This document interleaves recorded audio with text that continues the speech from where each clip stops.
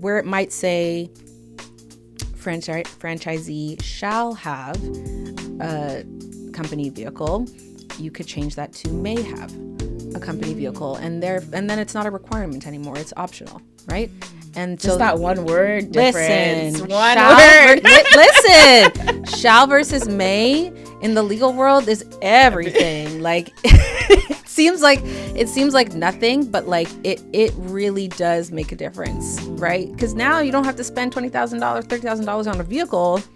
It's optional because franchise agreements last, most of them, 10 years for that first term. Yeah. And 10 years is a long time. It's a long time. A lot can happen in 10 years, right? And if you're on the hook for something for 10 years, you want to be aware of what that is so that you can make an informed decision. Yes. Yeah. Informed decisions. We're all about informed decisions, okay? But I do see that franchise agreement coming back out. When issues arise, when concerns arise, when there's conflict with the franchisor, is there ever an opportunity after it's signed to amend terms of the agreement after the 14 days have passed? Yeah. I like this one, especially for entrepreneurs exploring franchising for the first time. Okay. So franchise agreements are huge. Mm-hmm. They're long. Mm-hmm. They're big documents. Mm-hmm. And sometimes I hear franchisees or potential franchisees say, the franchise agreement is one of those documents that you either sign or you don't sign, right? There's not really a lot of room for changes. So my question is, can potential franchisees change or negotiate terms in a franchise agreement? Mm-hmm. And if so, when is the best time to do that, or the right time? That's a great question. So it depends. Okay. It depends on which part of the agreement you're looking to change. Generally speaking, yes, an agreement is between, two or more parties, and you collectively decide like what that agreement is going to be. Some things I would say probably less negotiable than others, right? So the franchisor is looking to treat their franchisees relatively fairly and in the same way. And so that's why you have, a document that is likely going to be presented in that form to everyone. Mm-hmm. However, I think there are certain things that if really they really don't make sense for you, then I think it's worth raising. So for example, like an agreement, and also like an agreement might have a requirement that in practice is not a requirement, and so that is something that should change. So for example, it might say, you have to have a company car or a company vehicle. Do you really have to? 'Cause I don't think so. And so where it might say franchisee shall have a company vehicle, you could change that to may have a company vehicle, and then it's not a requirement anymore. It's optional, right? And just so that one word difference. Listen, shall versus may in the legal world is everything. Like it seems like nothing, but like it really does make a difference, right? Because now you don't have to spend $20,000, $30,000 on a vehicle. It's optional. Excuse me. I'm too excited.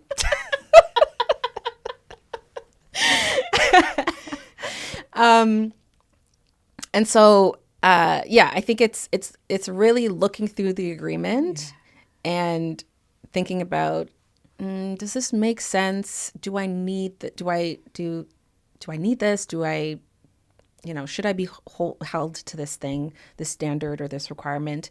And then raising it with the franchisor. I think the time to do that is as soon as you can. At law, you're required to have at least 14 days to review the agreement and the disclosure document.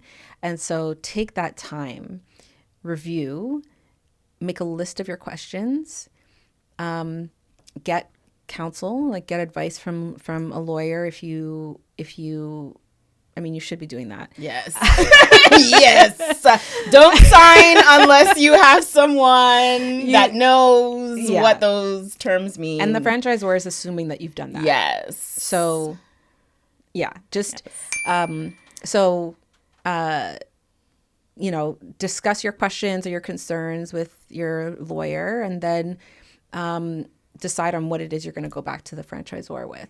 But absolutely, like I've marked up franchise agreements and proposed changes, and so like it's for sure it's something that you can absolutely do.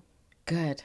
Yeah, I think people will be relieved to hear that. Yeah, and I know that with maybe some more of those legacy brands, the ones that have been around for a long time, that have applicants lined up through the door. And hey, if you don't want to sign this exactly how it is with when you're buying a home, it's like without conditions, right? Yes. If you don't want to sign it, then the next person's going to sign it. Yes. But we are in an age of a lot of emerging franchise brands, fresh startups. We have brands coming from the States to Canada for the first time, where legal requirements might be a little bit different there versus here. And so I think it's so important for people to understand they have power. You still hold the power. Even if it's an E versus an or, you have power, and you should ask those questions and get clarity and advice and guidance from professionals who know what they're doing. Because franchise agreements last, most of them, 10 years for that first term. Yeah. And 10 years is a long time. It's a long time. A lot can happen in 10 years, right? And if you're on the hook for something for 10 years, you want to be aware of what that is so that you can make an informed decision. Yes. Yeah. Informed decisions. We're all about informed decisions, okay? I love that. Yeah. Let's see. Is there any other questions I have on that? Have you ever seen it where, I mean, most people, I would say, sign that franchise agreement right before they, take possession or move forward with their decision. But I do see that franchise agreement coming back out when issues arise, when concerns arise, when there's conflict with the franchisor. Is there ever an opportunity after it's signed to amend terms of the agreement after the 14 days have passed? Yeah. So an agreement. So first you want to look at the amendment provisions. So most franchise agreements will have a provision that speaks about how the agreement can be changed. Okay. So that's like the first place you'll want to look. And it will likely say something along the lines of, both parties have to, all parties have to agree to the change.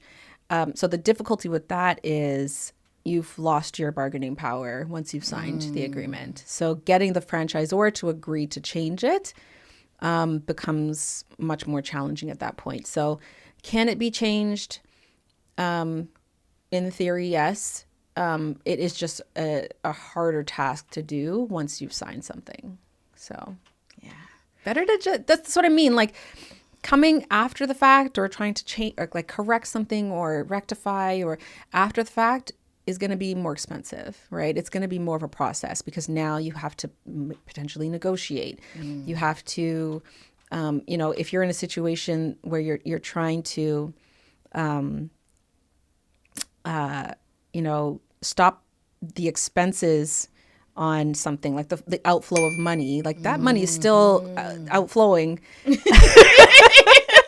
while you're trying to get this change made. So it's like, maybe if the agreement had been changed before you signed it, you wouldn't have had that expense to begin with. So it's just, I think it's and that's not to say that, things could just come up in the future.